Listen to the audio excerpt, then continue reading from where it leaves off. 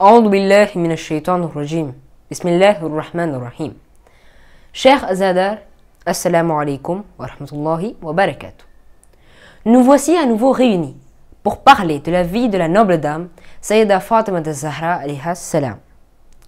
Aujourd'hui, nous allons essayer de parler de la terre de Fadak. Contrairement à ce que l'on pouvait imaginer, Fadak n'était pas un petit jardin, mais une vaste région fertile au nord de l'Arabie Saoudite, se trouvant à 150 km environ de Médine.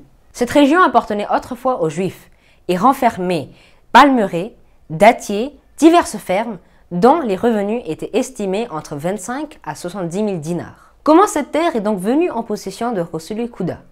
En l'an 7 de l'Hégire, lorsque les musulmans ont pu vaincre le fort de Khaybar, à l'aide notamment de Imam Ali salam, les Yéhoudis étaient convaincus de la puissance des musulmans. Ainsi, ils ont décidé de signer un traité de paix avec Rasul Khuda sallallahu alayhi wa sallam en enterrant la hache de guerre.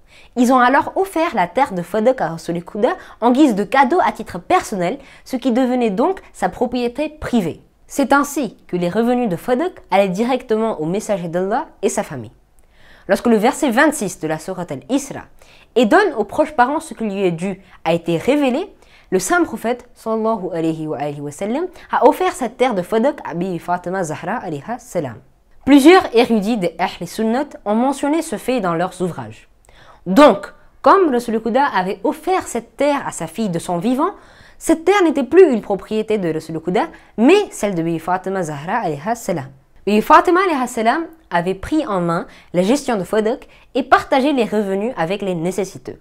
Elle envoyait même les dates de Fadak aux pèlerins de la Mecque. Chers partisans des Ahlul Bayt, voici donc en résumé comment la terre de Fadak est arrivée en possession de Fatima Zahra alayha salam. Inch'Allah, dans les prochains épisodes, nous allons voir pourquoi et comment cette terre a été usurpée.